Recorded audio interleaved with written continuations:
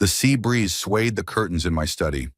I watched the waves of the English Channel crashing against the shore of Hastings and thought that at 75 I should feel more at peace. However, my thoughts returned again and again to the events of recent years. My house at the top of the cliff seemed too big for one person. It had been quiet since Sybil's death. Sometimes I found myself talking to her as if she were still sitting in her chair by the fireplace, with a book on her lap and a cup of Earl Grey on the table, a habit that lasted 47 years of living together. I ran my fingers along the spines of the books on the shelf. Sybil had always insisted that we keep them in perfect order, first by genre, then alphabetically.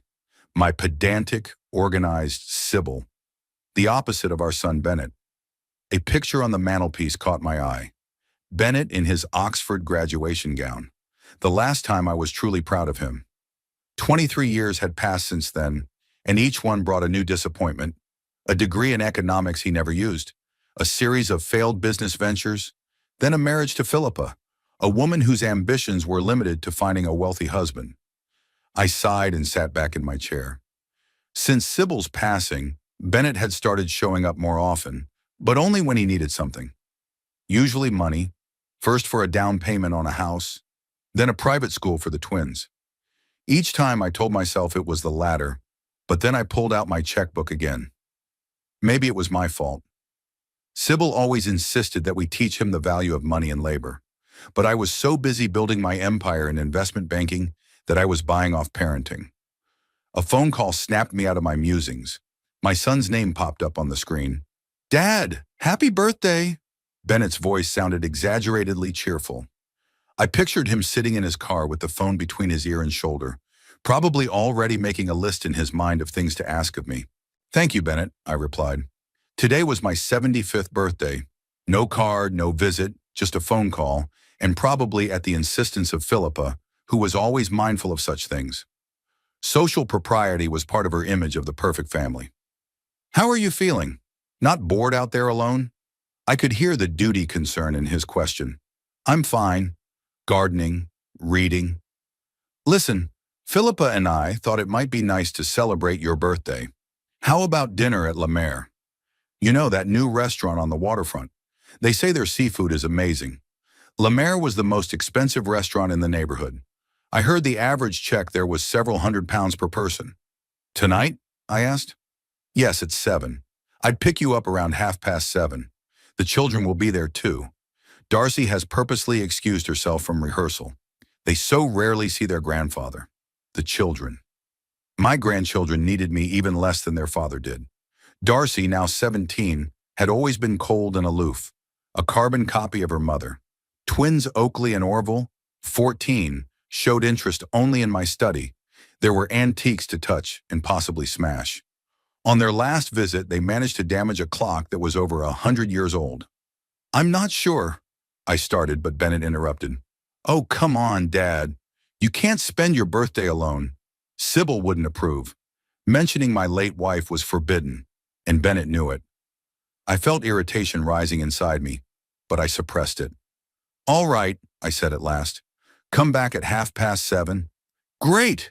I could hear the relief in his voice. "And Dad, wear something dressy. You know how Philippa is." I did. Philippa was always worried about her appearance, about what people would think, as if her marriage to a loser husband wasn't already being watched by the whole town. After the call, I stood at the window for a long time. Below, the waves were crashing against the rocks, reminding me of the eternal cycle of tides that goes on regardless of human dramas. Sybil always said the sea reminded her of time, boundless, inexorable, washing away all traces. Now looking at the waves, I understood what she meant. Our life is but a moment against the backdrop of eternity, and yet it is a moment that matters. From a photograph on the mantelpiece, Sybil smiled at me. The picture was taken on our golden wedding day. Her silver hair framed a face that, despite the wrinkles, retained its beauty. There was the same sparkle in her eyes that had attracted me when we first met in London half a century ago. "What would you say, Sybil?" I asked the picture. "How long must I let him use me?" I thought I could hear her answer, spoken with the soft insistence that had been characteristic of her in life. "Edmund, you're letting it happen. Only you can stop it. I sighed. Sybil had always been wiser than me when it came to family relationships. She'd seen through Bennett's manipulations before they were even obvious to me, and she never let him overstep his bounds. But after she left, everything changed. I convinced myself I was helping my son out of love, but deep down I knew it was a mixture of guilt and fatigue. It was easier to give money than to deal with the emotional blackmail and scenes. As Sybil had said, we get the treatment we allow ourselves. And she was right. I'd let Bennett treat me like an ATM machine for years. No wonder it had now become the norm. I was reminded of our last family dinner 3 months ago. Bennett had asked for money to fix the house then, claiming the roof was about to cave in. I gave him a check, even though I suspected there would be no repairs. A week later, I saw pictures of their family vacation in the Maldives on social media. Bennett didn't even bother to hide what my money was really going towards. I'd always hoped that in time he'd grow up, become more responsible, but every year it became more and more obvious that wasn't going to happen. Bennett was 45, but he acted like he was still a teenager, waiting for Daddy to solve all his problems. Maybe today was the day to finally say no. Just get up and walk away when he would inevitably start hinting at his financial difficulties. The thought triggered a strange feeling, a mixture of fear and relief. Fear of confrontation and relief at the possibility of finally being free of this toxic relationship. Glancing at the clock, I realized it was time to get ready for the evening. I still had time to clean up before Bennett arrived. As I made my way to the bedroom, I caught myself thinking I sensed something wrong. That was common with Bennett, though. I made my way to the bedroom, where I opened the closet in search of suitable clothes for the evening. I pulled out the dark blue suit I'd last worn to my co-worker James's funeral 6 months ago. The suit fit looser than I remembered. Apparently, I'd lost a few pounds recently. Lonely lunches didn't work up an appetite. Choosing a white shirt and a silver and blue tie, I spread the clothes out on the bed and headed for the bathroom. Looking in the mirror, I noted how my face had changed over the years. Deep wrinkles around my eyes, creases around my mouth, graying eyebrows. Age was taking its toll. But there was something else in my gaze, a weariness that had nothing to do with physical condition. As I cleaned myself up, my thoughts involuntarily returned to past birthdays. When did they turn from holidays into an excuse for financial manipulation? It must have started after Sybil's death. My 70th birthday was particularly revealing. Bennett took me out to dinner, choosing, of course, an expensive restaurant. He raised his glass and gave a lavish toast about what a wonderful father I'd been and how much he'd learned from me. I was almost teary-eyed until I realized what he was getting at. By the way, Daddy, he said as dessert was served, Philippa and I are thinking about a summer house on the coast. Darcy's 14 now. The twins are 11. It's a good time for family outings. It would be good for you too. Sea air, you know.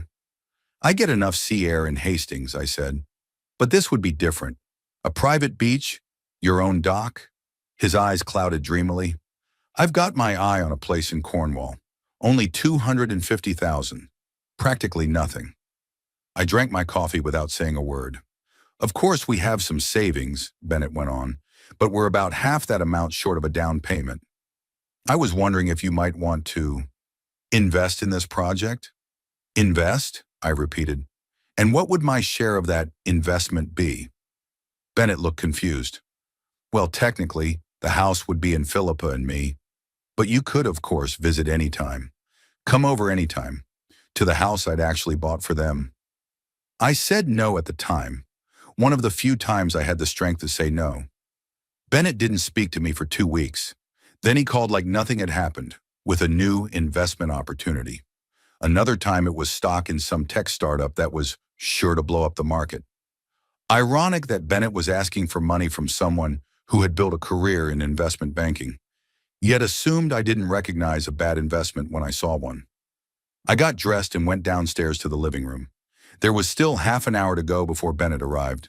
I poured myself some scotch. The amber liquid splashed softly in the crystal glass.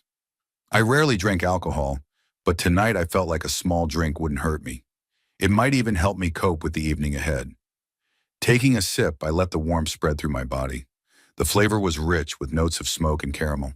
It was the whiskey Sybil and I had brought back from our trip to Scotland for our 40th anniversary. I didn't know then that it would be our last trip together. It's funny how quickly things changed after she was gone. While Sybil was alive, Bennett kept his distance. His financial demands were more modest and his visits less frequent. He was afraid of her directness. Sybil always said what she thought and wasn't shy about pointing out her son's faults. Without her, I was left defenseless against his manipulations. Last year's birthday was particularly telling. Bennett didn't even call. He just sent a text message congratulating me, and a week later he showed up unannounced to pay off his credit card debt. The kids didn't even remember Grandpa's birthday. Philippa sent a formal card signed on behalf of the whole family. I turned away from the window when I heard the sound of a car pulling up. Bennett's luxury SUV, which he shouldn't have been short on funds. My son got out from behind the wheel, adjusted his tie, and headed for the door. I sighed, finished my scotch, and went to meet him. "Dad!" Bennett exclaimed when I opened the door. "Happy birthday!" He gave me a quick, formal hug. He smelled of expensive cologne and the faintest hint of cigarette smoke, though he claimed he'd quit smoking at 30. "Thank you," I said, letting him in. "You look good for your age," Bennett said, eyeing me with an appraising look. "That suit looks good on you." "You look good too," I said, noting to myself that his suit was obviously new and expensive. "New closet? Oh, this?" Bennett ran his hand casually over his lapel. "Just a little something for the interview last week." "Interview? You're changing jobs?" That was unexpected. Bennett had worked as a consultant for a small firm for the past 5 years, and although he often complained about his paycheck, I hadn't heard about his plans to change careers. "I'm not sure yet. Looking at options," he answered evasively. "We should get going. I don't want to be late. Philippa and the kids should be at the restaurant by now." I grabbed my coat and followed Bennett to the car. Inside, the interior smelled like new leather. Satellite navigation, heated seats, panoramic sunroof, all screamed exorbitant price. "New car?" I asked, buckling up. Bennett wrinkled his nose slightly. "Leased it for 3 years. In my position, you have to maintain a certain image, you know." I did. Bennett had always lived beyond his means, trying to give the impression of a successful businessman. Expensive suits, watches, cars, all of which were meant to hide the fact that his career never materialized. At 45, he still held a position fit for a man 15 years younger. We pulled onto the coast road. The sea to our left was covered with the golden glare of the setting sun.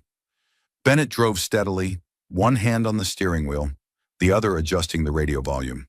"How have you been doing lately?" I asked, breaking the silence. "Nothing much," Bennett answered. "Work, kids, the usual routine. Darcy's studying for her final exams. The twins. Well, you know how boys could be at their age." I nodded, though I didn't really know. I rarely spent time alone with my grandchildren. Our meetings were limited to formal lunches where the kids mostly sat staring at their phones. "How was her music class going?" I asked, referring to Darcy. She was learning the cello, and it was costing a lot of money, some of which, of course, was coming from me. "Excellent," Bennett replied enthusiastically. "Her teacher says she has real talent. Maybe she'll even get into the conservatory." "That would be wonderful," I said, remembering how Sybil had dreamed of our son studying music. Bennett didn't even have the patience for a year of piano lessons. We drove past the bank, and I noticed Bennett cast a quick glance in that direction, then furtively looked at me. "Speaking of Darcy," he began casually, "we're planning a summer music school in Austria, a 2-week intensive program with the best teachers in Europe. That could give her an advantage in the admissions process. That's it." I knew the conversation would turn that way sooner or later. "How much does it cost?" I asked bluntly. Bennett looked embarrassed for a moment at that bluntness. "About 8,000, including lodging and airfare," he said in a feignedly nonchalant tone. "Not a lot of money for an investment in a child's future." Investment. There's that word again. As if my money wasn't just a gift, but some kind of financial investment that should pay dividends. "What about the twins?" I asked. "Do they have plans for the summer too?" Bennett coughed. "Well, actually, there's a great soccer camp in Spain. 2 weeks of training with professional coaches. They'd love it." "How much does that cost?" I repeated the familiar question. "About the same," Bennett answered without looking at me. "Maybe a little more for the equipment." I looked out the window. £24,000 for the grandchildren's summer activities. That's a lot of people don't earn that much in a year. What about you and Philippa? I asked. What are your plans for the summer? Bennett fidgeted in his chair. Well, we were thinking, maybe a little vacation in Sicily. Just for a week or two. Philippa's really tired of all this fuss with the kids and she needs a break. I held back a laugh. The fuss with the kids. Bennett spoke as if his wife was the only parent in the family, not someone with 3 au pairs, a nanny, and a personal shopper. And of course, we were hoping you'd join us for at least part of the vacation, he added. You need to relax too, to get out of that big empty house. I remained silent, knowing the invitation was just a courtesy. Bennett and Philippa hardly really wanted me on their vacation. They wanted my wallet, not my company. Speaking of the house, Bennett continued, taking advantage of my silence, have you thought about moving? This house is too big for one person, and it must cost a lot of money to maintain. I like my house, I answered firmly. I've lived there with your mom most of my life. Yeah, but, he hesitated. I was just thinking. It's a fortune in real estate. If you sold it and bought something smaller, you'd have a decent sum left over. You could travel, enjoy life, or give the extra money to you. Hung in the air unspoken, continued. I enjoy life in my house, I said, and I have enough money to maintain it. Bennett gave me a quick glance. Of course, he murmured. I'm just worried about you. You're not young anymore, and who knows how much longer. I'm perfectly fine for my age, I interrupted him. I'm perfectly capable of making decisions about my own future. There was an awkward pause. Bennett turned up the radio, and the cabin filled with the sound of a modern tune. I stared out the window at the houses passing by and thought about how our relationship had changed over the years. When Bennett was a kid, he'd looked at me with admiration. When he was a teenager, he'd looked at me with defiance and annoyance. But now his gaze was all appraisal. How much more could I get out of the old man before he died? Well, here we are, Bennett said, parking the car outside the restaurant. I hope you enjoy the evening. You only get a birthday once a year, after all. I nodded, getting out of the car. La Mer was in a historic building right on the waterfront. Through the large windows, I could see the elegant interior, the flickering candles on the tables. We were greeted at the entrance by a well-trained receptionist. Good evening, sir. What can I do for you? Reservation under the name of Holloway, Bennett said. 7 o'clock. Of course, sir. Your family's already waiting for you. Let me show you to your table. We followed him across the room. I noticed we had one of the best tables by the window, overlooking the sea. That location was certainly worth the extra money. My money, of course. Philippa saw us first and waved with feigned enthusiasm. Darcy sat next to her, completely absorbed in her phone. The twins across the table were arguing about something, pointing their fingers at the menu. I took a deep breath, preparing myself for the evening ahead. There was a dinner ahead of me that I already knew I would remember for a long time, and not for the reasons Bennett had hoped. We were escorted to a table by the window that overlooked the darkening sea. La Mer lived up to its reputation as the most expensive restaurant in Hastings. Crystal chandeliers, Egyptian cotton tablecloths, engraved silverware, fresh flowers and candles in massive candlesticks on every table. Philippa stood up to kiss me on the cheek. She smelled of expensive perfume and champagne. Apparently, they had already started celebrating without us. Happy birthday, Edmund, she exclaimed with feigned enthusiasm. 75 years is something to celebrate. I noticed that she was wearing a new dress, black, open back, too fancy for a family dinner. The diamond bracelet on her wrist looked new too. I wonder how much of my money, given supposedly for my grandchildren's education, went into this jewelry. Thank you, Philippa. I sat down in the offered chair. Darcy took her eyes off the phone for a second to nod at me. Happy birthday, Grandpa, she said without much enthusiasm, and then turned back to the screen. 17-year-old Darcy had inherited her mother's coldness as well as her looks. The same blonde hair, the same sharp chin, the same impeccable posture. Even at 17, she already knew how to look at people as if she were assessing their market value. The twins, Oakley and Orville, murmured congratulations without looking up from their menus. Everything here is so expensive, one of them whispered to the other, but loud enough for me to hear. Don't worry about it, replied the other. Grandpa will pay anyway. I pretended not to hear, but those words hurt me. Even the kids saw me as an ATM machine, not a person. I hope you didn't wait long, I said, turning to everyone. Oh no, Philippa smiled. We arrived literally 10 minutes ago, but I've already ordered a bottle of champagne. After all, it's a party. The waiter appeared as if by magic, holding an ice bucket with a bottle of Dom Perignon in it. I knew how much that champagne cost, so I inwardly cringed. An excellent choice, madam, the waiter said, showing me the bottle. It's a vintage of 2006, an excellent millesime. Philippa nodded as if she knew champagne, though I knew she couldn't tell Dom Perignon from Prosecco. The waiter poured the champagne into glasses. Bennett raised his. To my father, 75 years is impressive. I hope I've inherited your longevity genes, Dad. And preferably inherit everything else as soon as possible, I thought to myself, but I raised my glass and smiled. Thank you for your kind words. We had a drink. The champagne was really excellent, dry with notes of citrus and a slight minerality. It was just a shame that the company didn't match the quality of the drink. Bennett picked up the menu and began to peruse it. Oh, there's a tasting menu with accompanying wines. 7 course changes, each with a sommelier-selected wine. Sounds wonderful, doesn't it? I knew a tasting menu must cost a fortune, especially with wine accompaniments. But before I could say anything, Philippa said, That's a wonderful idea. After all, this is a once-in-a-lifetime anniversary. Kids, you can choose the tasting menu too, but without the wine, of course. The kids brightened up. Apparently, the prospect of ordering the most expensive thing on the menu excited them. I'd prefer something simpler, I tried to object. Maybe just grilled fish. Dad, come on! Bennett looked almost insulted. It's your birthday. It's not the time to save money. It is. As if choosing a simple dinner over a 7-part feast was a sign of frugality. I wanted to object, but decided not to ruin the evening from the start. All right, I said. Let's try this tasting menu. Bennett brightened up and called the waiter over. We'll all have a tasting menu, a wine-accompanied version for the adults and a non-alcoholic version for the kids.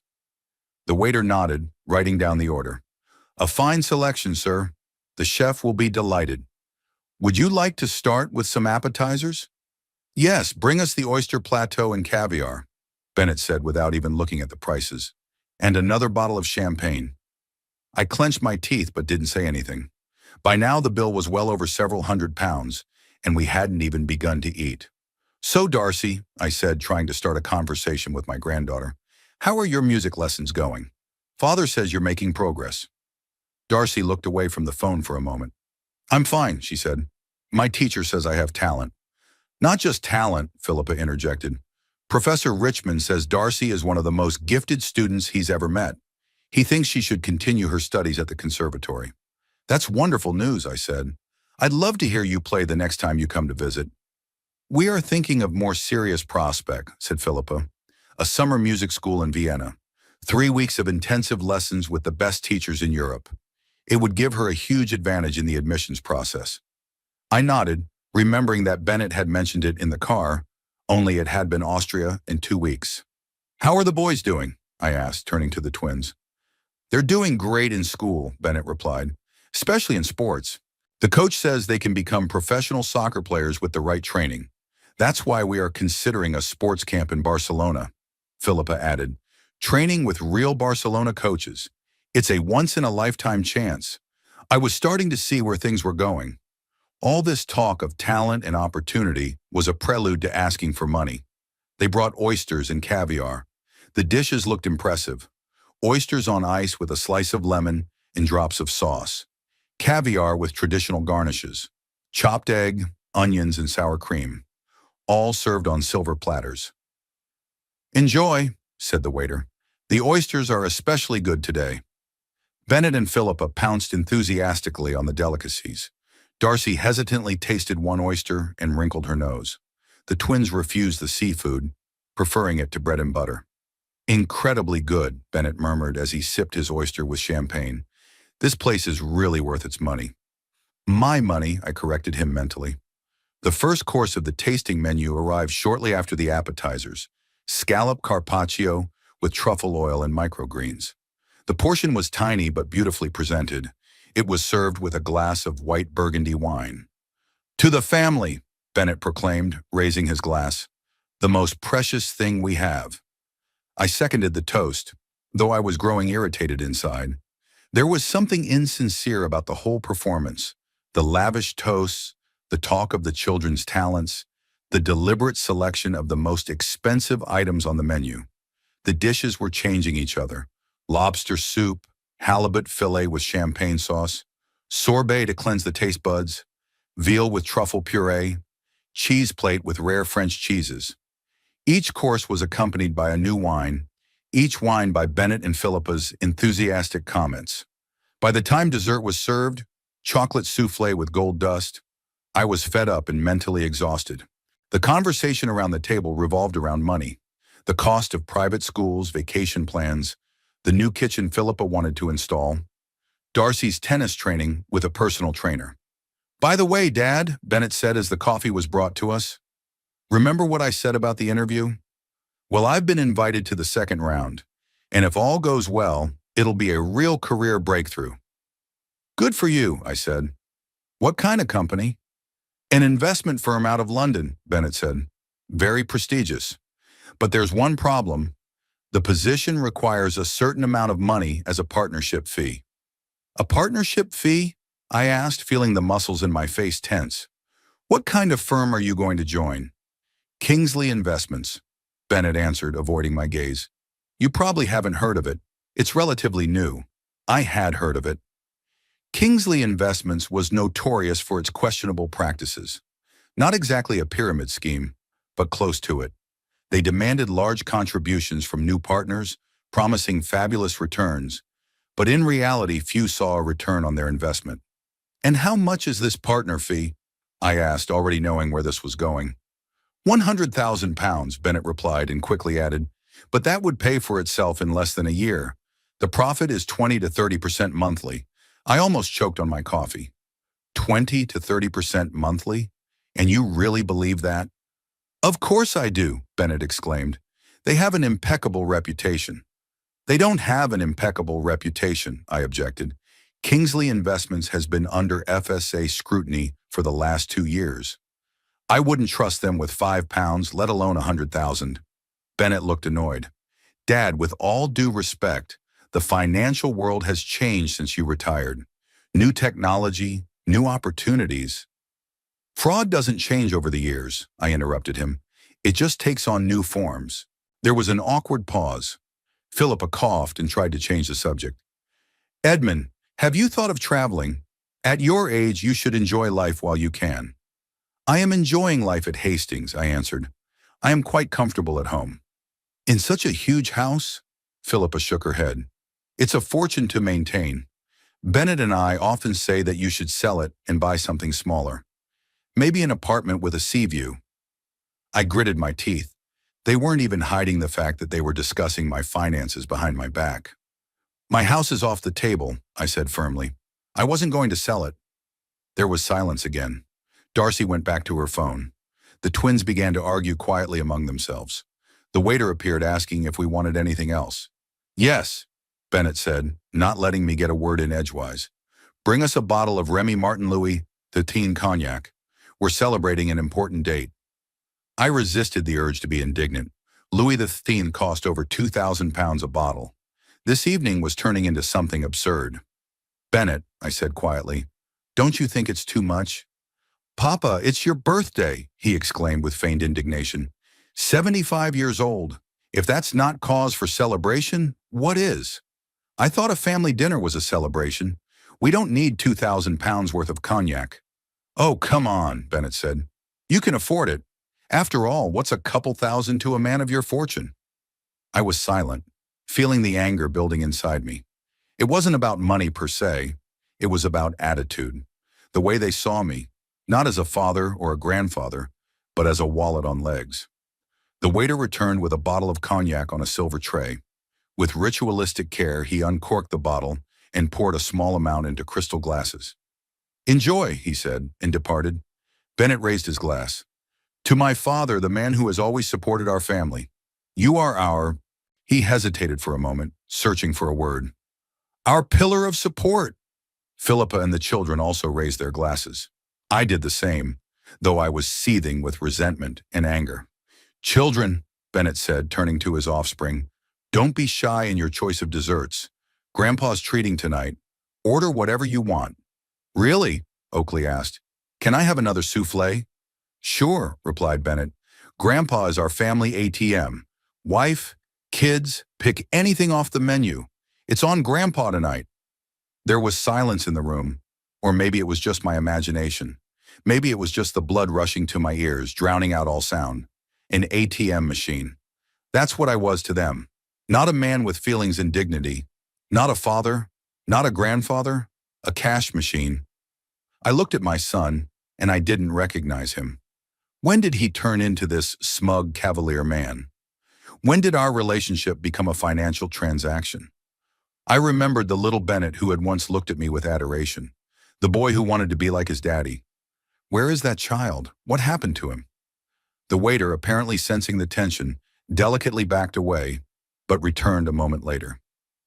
Will you be ordering additional desserts? Yes, Bennett began, but I interrupted him. No, thank you, I said. Instead, please bring the bill. Bennett looked surprised. Dad, the kids haven't picked out their desserts yet. I think they've had enough, I replied, trying to speak calmly. The waiter nodded and left. Bennett leaned toward me. What's wrong with you? It's your birthday. It's okay to relax a little. I didn't answer. I just stared at him, trying to see if he realized what he'd just said, whether he realized how it sounded, how it made me feel. The waiter returned with a leather folder that contained the bill. He placed it in front of me. Thank you for your visit, sir. It was a great... His words broke off as I opened the folder.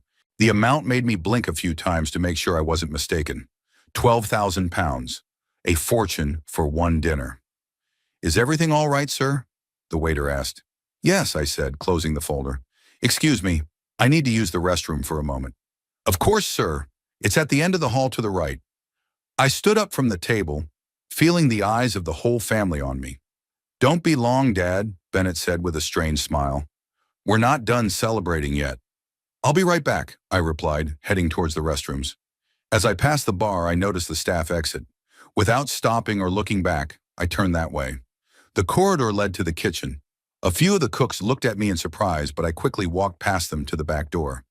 Excuse me, sir, shouted someone behind me. You can't... But I had already stepped outside. The cool sea air hit my face, bringing relief.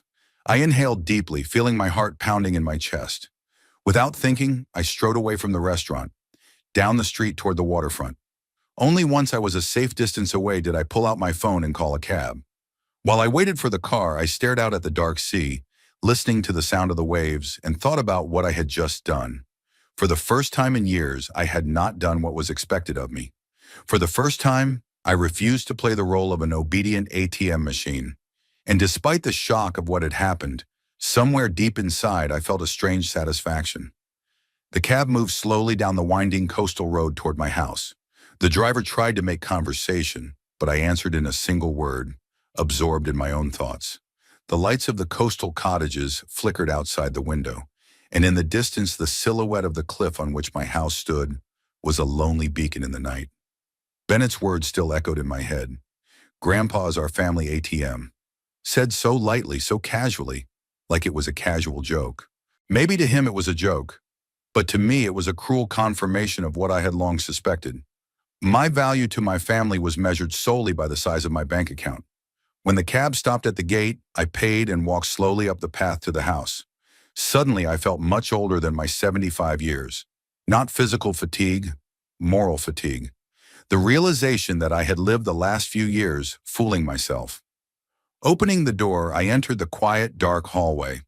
There were no holiday decorations here, no one waiting for me with cake and presents.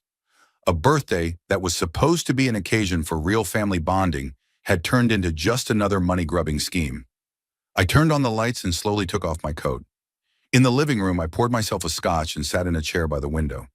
Behind the glass, the autumn sea raged, dark and choppy like my thoughts. How had I let this happen? When had my only son turned into a greedy manipulator? When did I become just a source of funding for him? I took a sip of whiskey, letting the warmth spread through my body. Memories came in an unsolicited wave. Bennett at 5, bright-eyed, telling me about his first day of school. Bennett at 10, proudly showing off the model airplane we'd put together on the rare weekends when I wasn't working. Bennett at 15, withdrawn and aloof, even then avoiding talking to me. Maybe it was my own fault, absent too often when he was a kid, too immersed in work, in building an empire that was supposed to provide him with a trouble-free life. I bought off parenting with expensive gifts and checks. Didn't I teach him that love is measured in pounds sterling? Sybil understood it better than I did. Edmund, she said, money is no substitute for your attention to him. He needs a father, not a banker. But I wouldn't listen. I was convinced I was giving him a better future by working 16 hours a day, better schools, better opportunities, a better start in life. And this is the result. A son who only sees me as a wallet, a daughter-in-law who barely conceals her impatience, waiting for me to die and inherit. Grandchildren who learn from their parents that grandpa is only needed to pay for their whims. The phone in my pocket vibrated. Bennett. I didn't answer it. A minute later, a text came through. Daddy, where are you? We're worried. False. They weren't worried about me. They were worried about the 12,000-pound bill I'd left unpaid. The phone rang again. This time I turned it off completely. I needed to think, without pressure or manipulation. I stood up and walked over to the bookshelf where the family photo stood, took the framed picture of Sybil. She was looking at me with a slight smile, as if she knew something I didn't. You were right, as always, I whispered. I'd let him take advantage of me for too long. My gaze moved to the picture beside me. Bennett and I fishing when he was about 12. He was holding his first catch, a small trout, and his face shone with pride. I remembered that day so clearly. I remembered his laughter as we tried to build a fire in the rain, his delight in the simple things, a fire, a tent, canned beans for dinner. What happened to that boy? When the lust for money and status overshadowed everything else? I didn't know the answer, but I realized I was partly responsible for that transformation. The irony was that I could actually afford that ridiculous restaurant bill. 12,000 pounds was a considerable sum, but not one that would have shaken my financial position. It wasn't about the money, it was about principle. It was about respect. The fact that my own son thought it possible to publicly humiliate me by calling me an ATM. A persistent knock on the door snapped me out of my musings. I glanced at my watch. It was almost 11 o'clock at night. Had Bennett really come here? I took my time opening the door, and the knocking grew louder and louder. Daddy, I know you're home. Open up right now. Bennett's voice sounded annoyed, not concerned. Even now, he couldn't pretend to worry about me. All he cared about was the bill. I opened the door and saw my son, flushed with anger. His perfectly ironed suit was now wrinkled, his tie was askew, and his eyes were filled with rage. What was that? He blurted, pushing past me into the house. Do you have any idea the position you put us in? I closed the door and turned to him. Good evening, Bennett. Come in, of course. My calm tone only seemed to make him angrier. 12,000 pounds, he practically shouted. 12,000! I had to leave Philippa and the kids in the restaurant as hostages while I went to the bank to withdraw money from a spare card. Hostages? I repeated. What a dramatic formulation. I'm sure the restaurant owners wouldn't hold your family against their will. You know what I mean. Bennett ran his hand nervously through his hair. It was humiliating as hell. Everyone was looking at us. You know what else was humiliating? I asked quietly. When my own son called me an ATM machine in front of the whole family. Bennett froze. What? It was just a joke. Is that what you made this whole scene about? It wasn't a joke, Bennett. Jokes are funny. This was, a revelation. A sudden realization of how you really feel about me. Dad, you're exaggerating. I said something stupid, I admit it. But leaving us with an unpaid bill of 12,000 is a bit much. You're right, I said, and Bennett looked surprised by my agreement. It really is too much. This whole evening was too much. 500 pounds worth of champagne, caviar, a tasting menu with wine accompaniment for 5 people, 2,000 pounds worth of cognac, and all without a single question about whether I wanted such a celebration. We wanted to do you a favor, Bennett objected. Not true, I shook my head. You wanted to have a feast at my expense. And then probably ask for more money for the schools in Vienna and Barcelona, for Philippa's new kitchen, for your dubious investment scheme. Am I right? Bennett looked away, and that was confirmation enough. We're a family, he said at last. Families support each other? That's right. Supportive. Not used. Don't manipulate. Don't treat each other like ATM machines. My phone, which I had turned on before I opened the door, began to vibrate incessantly with incoming messages. I pulled it out and saw dozens of missed calls and messages, all from Bennett and Philippa. In one of the last ones, Philippa wrote, "You can't do this to us. We were counting on you. The kids are in tears." I chuckled. I doubt the twins or Darcy had shed a single tear over my leaving. Rather, they were annoyed that the evening's entertainment had been abruptly cut short. "Your wife is very upset," I said, showing the phone to Bennett. "Of course she's upset," he exclaimed. "You've put us in a terrible position." "Didn't you put me in a terrible position when you planned to spend my money on your whims? When you discussed selling my house like it was a done deal? When you treated me like a checkbook instead of a human being?" Bennett looked like he was about to object, but then gave up and sank heavily into his chair. "What do you want me to say? That I'm sorry? Okay, I'm sorry. I'm sorry about the ATM thing. That was uncalled for. It's not about apologizing, Bennett. It's that our relationship has long been a financial transaction. I give you money, you pretend to respect me, but today the mask fell off." "It's not fair," he muttered. "I respect you. Then why are you always trying to manipulate me? Why does every conversation we have end up being about money?" Bennett didn't answer. He stared at the floor, avoiding my gaze. "You know," I said after a pause, "I'm partly to blame for this. I let you believe that my resources were limitless and my patience infinite. That was my mistake." "What are you talking about?" Bennett sounded worried. "I'm saying that starting today, everything changes. No more checks on demand. No more investments in your dubious schemes. No more paying for luxury vacations for your family. You can't just—" "I can," I interrupted him. "It's my money, Bennett. I earned it, and I decide how I spend it." My son's face contorted with anger. "Is that it? After all we've done for you? Who visited you after Mom died? Who called you every week? Who invited you to family gatherings? And who paid for those parties?" I parried. "Who funded your children's education? Who gave you money for the down payment on your house? For roof repairs, which by the way never happened? You went to the Maldives instead, didn't you?" Bennett went pale. He didn't expect me to know that. "Dad, that money. We did use some of it for renovations, but we needed a vacation." Philippa was on the verge of a nervous breakdown. "Enough," I held up my hand, stopping the flow of excuses. "I don't want to hear another story about how hard it is for you to live on 2 salaries and with my constant financial support." My phone vibrated again. This time it was Philippa calling. I rejected the call. "Your wife," I said. "She probably wants to know if you've managed to talk the old man into splurging." "Don't say that," Bennett muttered. "She's just worried." "About what? That the kids won't be going to elite summer camps? About having to put off buying a new kitchen? Or that you won't be able to make a partnership contribution to your next scam?" Bennett jumped up from his chair. "You know what? You're right. All we're thinking about is getting more money out of you. Not because we're greedy monsters, but because we have to make a living. I've got 3 kids, a mortgage, bills." A lot of people have kids and mortgages, Bennett, but they don't look at their parents as a source of income. They work. They save. They live within their means. "That's easy to say when you've got millions in your bank accounts," he shouted. "Which I earned on my own," I reminded him, "without the help of my parents, who, by the way, were barely making ends meet." Bennett shook his head as if he couldn't believe what he was hearing. "So now what? You're just cutting us off? After all these years?" "No," I said. "I'm not cutting you off. I'm just changing the rules.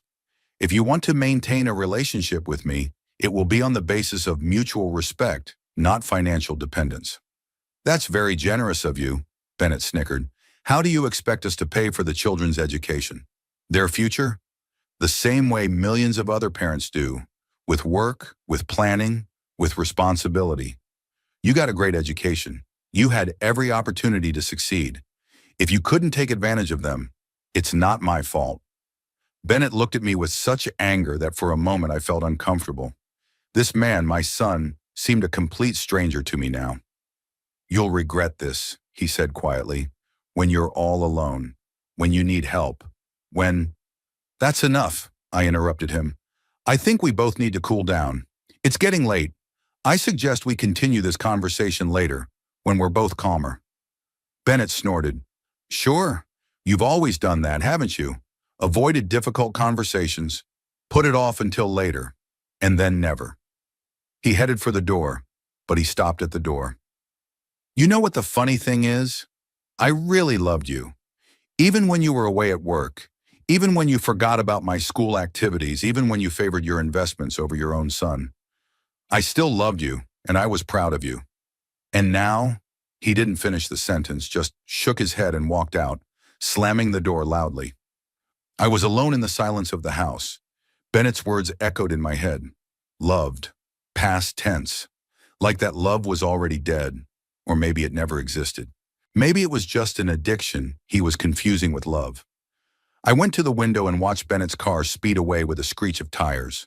The house was quiet again, with only the clock on the mantel counting down the seconds. I felt a strange mixture of emotions. Bitterness at the realization of the reality of our relationship. Pain at my son's harsh words, but relief at the same time. It was as if the heavy weight I'd been carrying for years had finally been lifted. I poured myself another scotch and sat down at my office desk. I took out a notebook and a pen. It was time to make a plan. A plan for a new life where I would no longer allow myself to be used. A plan that would protect what I had created over the years from those who saw only monetary value in it. The first item I wrote was, meet with Richard Hawthorne, change of will. Richard had been my attorney for 30 years. He knew all my cases. Next, bank and closing joint accounts. Bennett had access to some of my accounts for emergencies. It was time to change that. The third item was the hardest for me, appraising the house for possible sale. Not because Bennett or Philippa were right about it being too big for me. It was because I suddenly realized that this house, full of memories of Sybil, was holding me back. Maybe it was time to move on. Item 4. Talk to Rupert about volunteering at the hospice. Rupert Pemberton, a longtime friend of mine, started helping out at a local hospice after his wife died. He had suggested on more than one occasion that I join in, claiming it gave new meaning to his life. Perhaps now it was worth heeding his advice. I continued to write, and with each new paragraph, I felt my resolve grow. This was my home, my money, my life, and I would no longer let anyone, not even my own son, dictate how I managed it. Outside the window, dawn was breaking. A new day, and for me, the beginning of a new chapter. I woke up early, before the first rays of the sun touched my window. The night had brought me not rest, but determination. The action plan from last night lay on my bedside table, a silent reminder of my decision. Taking a shower, I pondered the day ahead. The first order of business was to visit Richard Hawthorne, my attorney, then the bank. After that, well, I had to wait for the inevitable visit from Bennett and Philippa. I was sure that as soon as they learned of the changes in my will and bank accounts, they would rush down here demanding an explanation. After getting dressed, I went down to the kitchen and made myself a simple breakfast of toast with jam and tea. A modest meal that I'd been repeating for years. Sybil had always insisted on a full breakfast, but since she had left, I had lost interest in culinary delights. At 8:30, I left the house. The day was overcast, with a chilly wind blowing in from the sea, a reminder that fall in Hastings is not spared. I pulled up the collar of my coat and headed for my car, the 10-year-old Jaguar that had served me well. Bennett had suggested more than once that I buy something more modern, but I didn't see the point. The car was in perfect condition and suited me perfectly. Richard Hawthorne's office was in an old building in the center of town. I parked nearby and walked down the cobblestone streets, past the tourists who, even in the off-season, came to see the historic sights of Hastings. Richard took me in without an appointment, a benefit of longtime friendship and important client status. He looked the same as always, impeccable suit, neatly trimmed gray hair, shrewd gaze behind the glasses in thin frames. Edmund. He rose from the table to shake my hand. What a pleasant surprise. To what do I owe the pleasure? I need to amend my will, I said without preamble. Richard raised an eyebrow but nodded. He knew me well enough not to ask too many questions. Have a seat. Coffee? No, thank you. I'd rather get straight to the point. We sat down at his massive oak desk. Richard took out a folder with my documents and looked at me questioningly. What exactly do you want to change? Everything, I answered.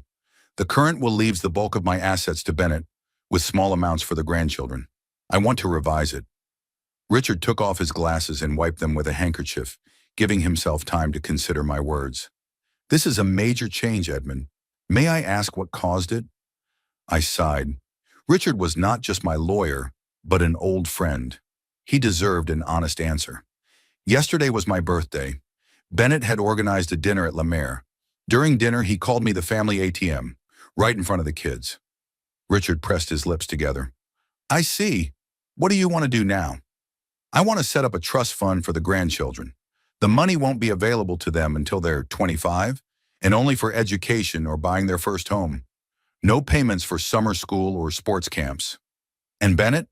He'll get a house in Hastings and a fixed amount. The rest to charity. Richard nodded, making notes. Which charities are you interested in exactly? The local hospice, Alzheimer's research, and perhaps a stray animal charity. Sybil had always supported them. Good, Richard continued to write. I'll draw up the papers. But Edmund, Bennett may contest the will after your death, especially if the changes were made suddenly and soon after the quarrel.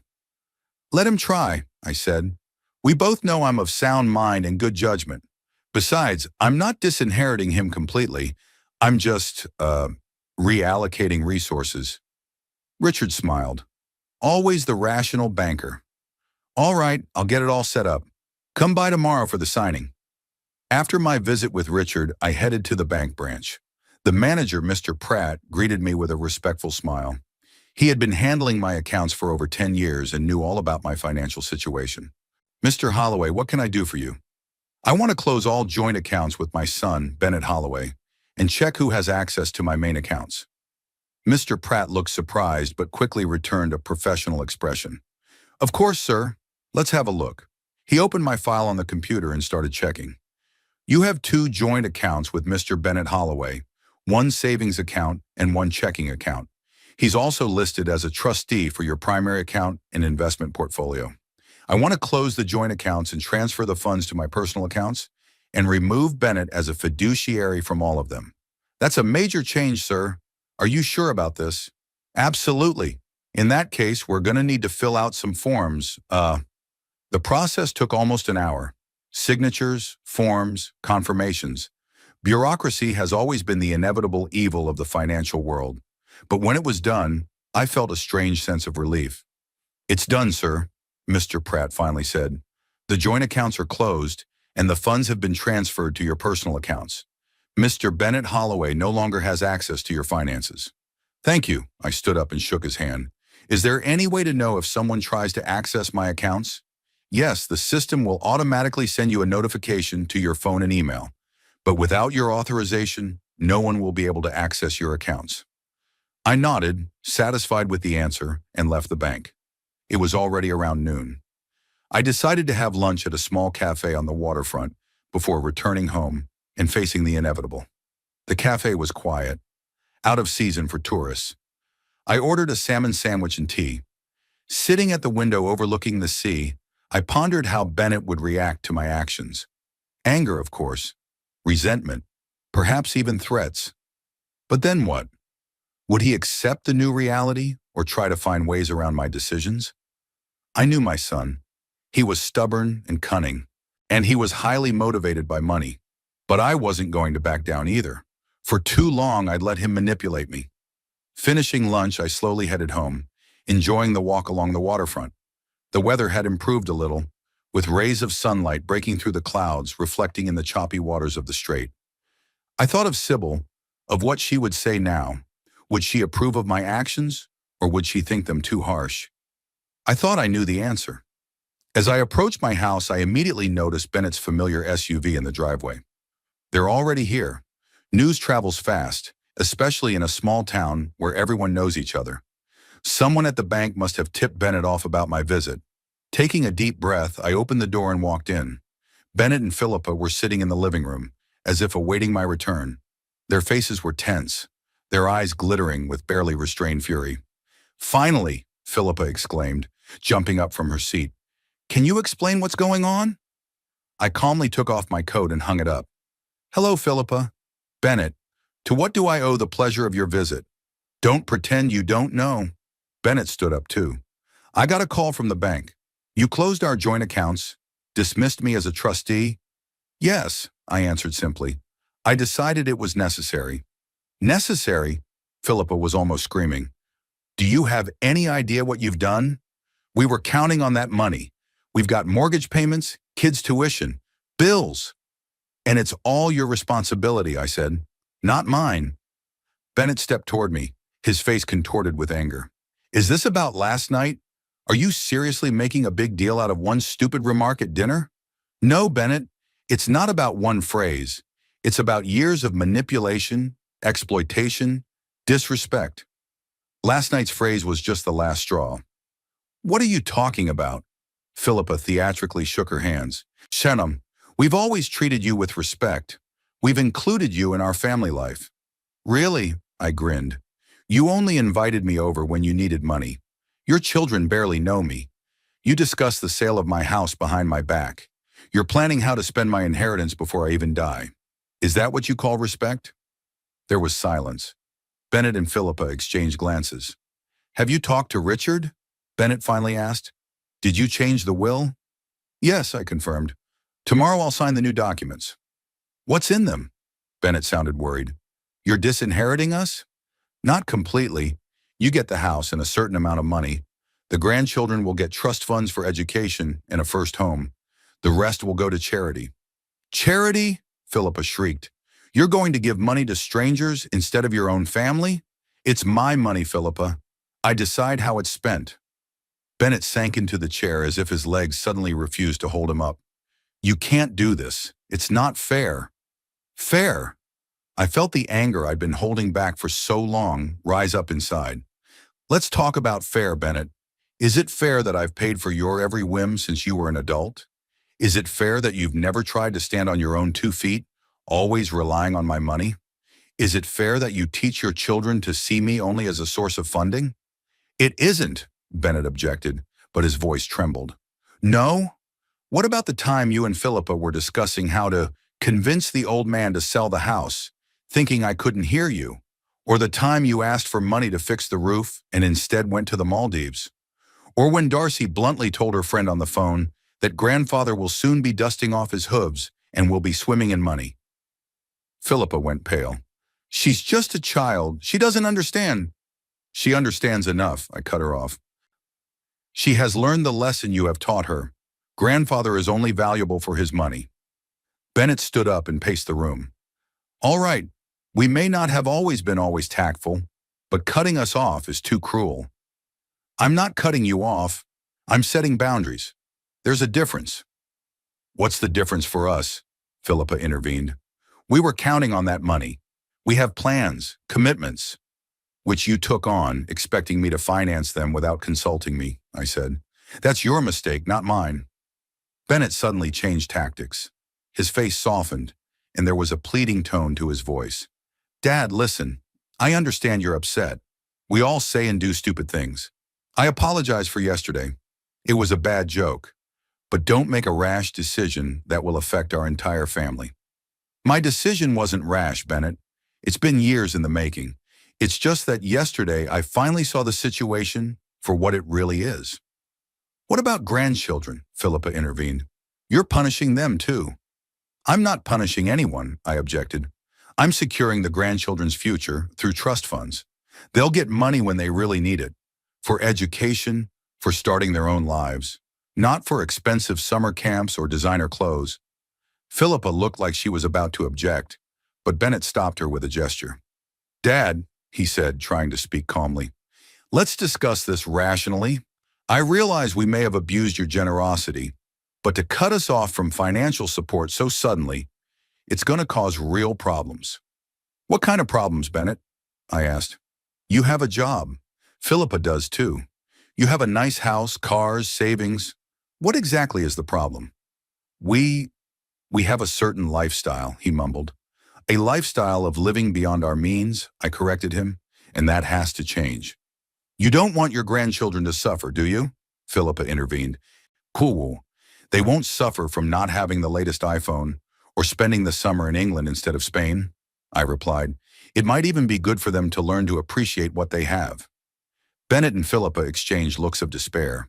Their strategy of emotional pressure wasn't working. And this is the final decision? Bennett finally asked. Yes, I'm not changing it. Philippa suddenly cried, loudly, theatrically, with sobs and trembling hands. How can you do this to us, after all we've done for you? I looked at her and felt nothing. No pity, no guilt, no doubt. Only fatigue from this endless manipulation. And what exactly have you done for me, Philippa? I asked quietly. Keep me company on my birthday, only to spend thousands of pounds on food and drink? Called once a month to check if I was still alive, and it was time to prepare for my inheritance? Or maybe discuss selling my house while I was in the other room? Philippa stopped crying as suddenly as she had started, her face contorted with anger. You ungrateful old man, she shouted. We included you in our family. We could have just left you here to rot alone. Philippa! Bennett yelled at her, but it was too late. There she is, the real Philippa, I said with a bitter chuckle, without the mask of the perfect daughter-in-law. Thank you for your candor. Yeah, I didn't mean that, she mumbled, realizing she'd gone too far. No, that's exactly what I meant, I countered. And you know what?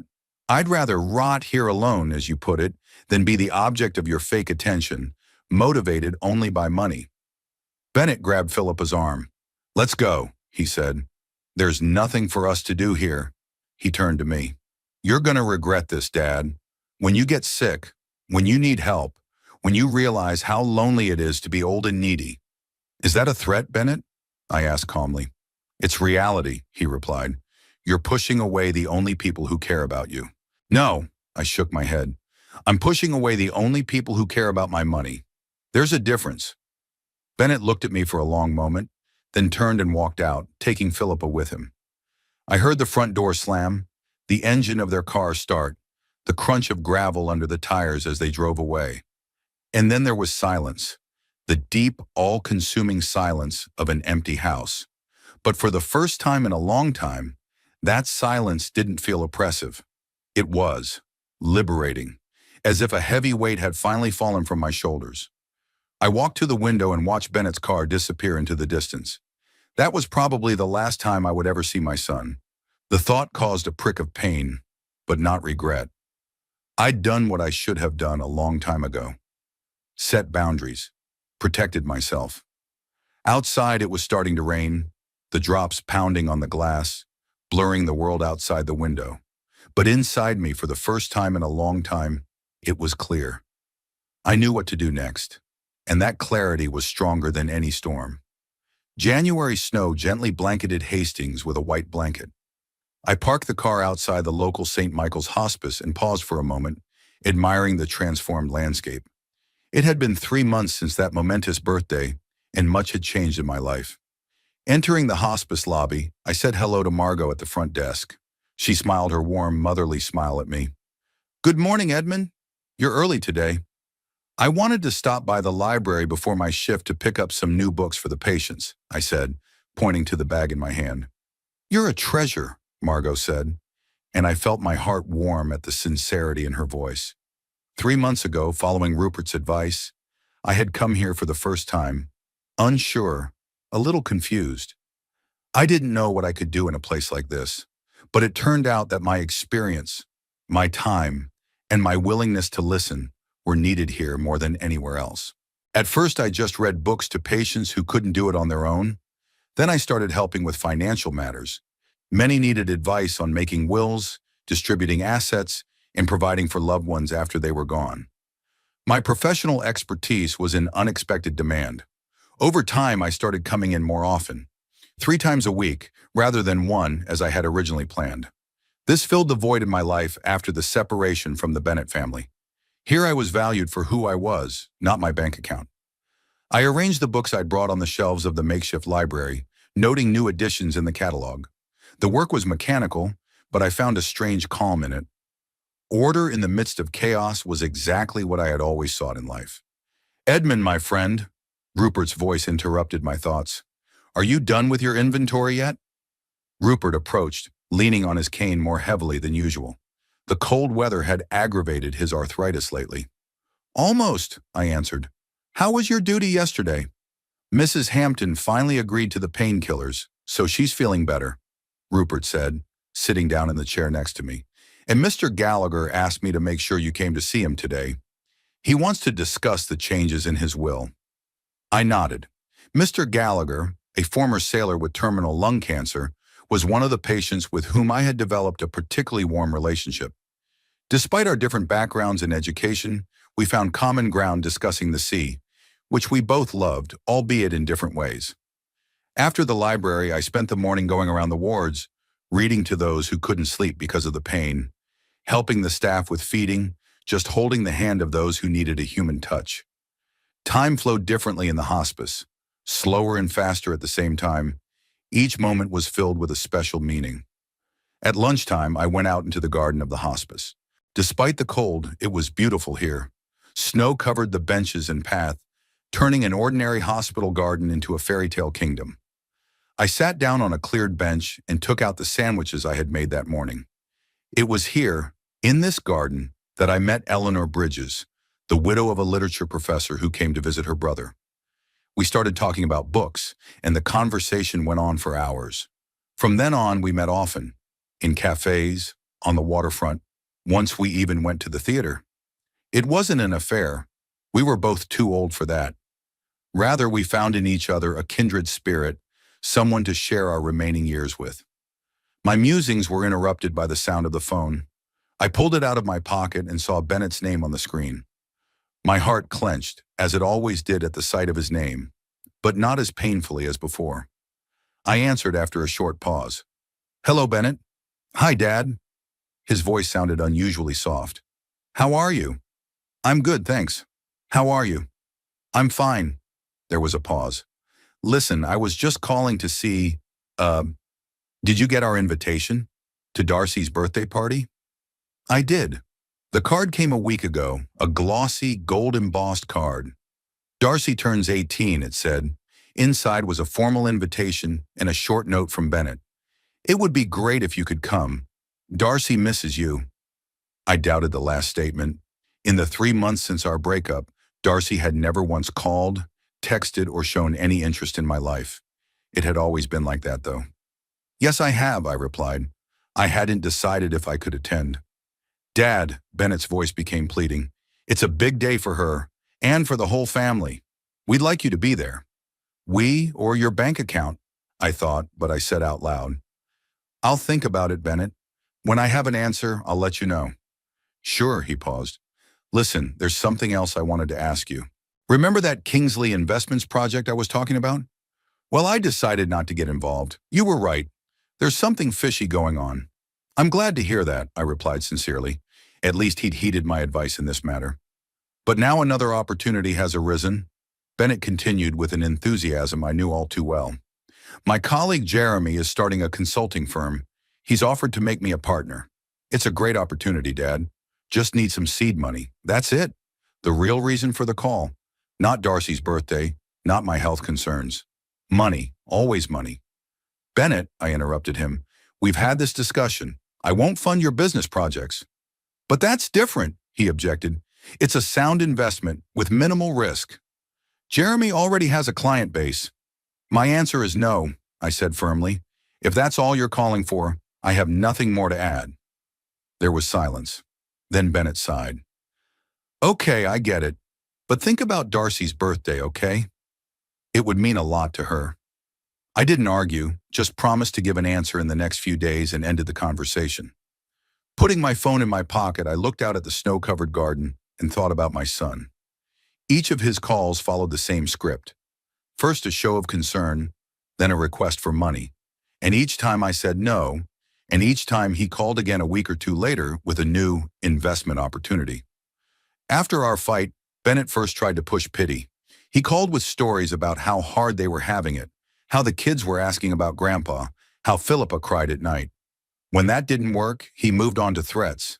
Legal action, public accusations of family abuse. That didn't work either.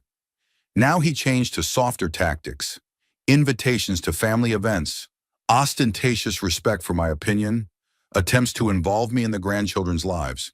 But behind it all, I saw the same goal, to gain access to my money. I got up and headed back to the hospice building. Mr. Gallagher was waiting for me, and I didn't want to be late.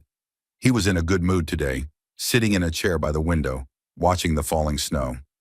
"There's my financial genius," he exclaimed when he saw me. "Have a seat, Edmund. We need to talk." I sat down opposite him, and we spent the next hour discussing his will. He wanted to make sure that his small savings went to his granddaughter and not to his son, whom he hadn't spoken to in years. "He's a drunk and a spender," Mr. Gallagher said bitterly. "He'd spend it all in a week. Lizzie's at university, and she needs the money more." I understood him better than he knew. We both wanted to protect our savings from those who didn't appreciate their true value. A value measured not in pounds, but in years of labor, rejection, sacrifice. After my visit with Mr. Gallagher, I spent a few more hours at the hospice and then headed home. On the way, I stopped at the supermarket. Eleanor was due to come over for dinner tonight, and I wanted to cook something special. At home, I checked the mail. Among the bills and advertising booklets was a card from Darcy, written no doubt at Bennett's insistence. "Dear Grandfather," the text read in neat handwriting, "I wish you could come to my birthday party. I miss you. Your Darcy." I grinned. Darcy had never called me Dear Grandpa and never signed yours. Those were Bennett's words, his attempt to manipulate my feelings. And yet something inside me responded to that clumsy attempt. Maybe I should have gone, not for Bennett's sake or Philippa's, but for Darcy's.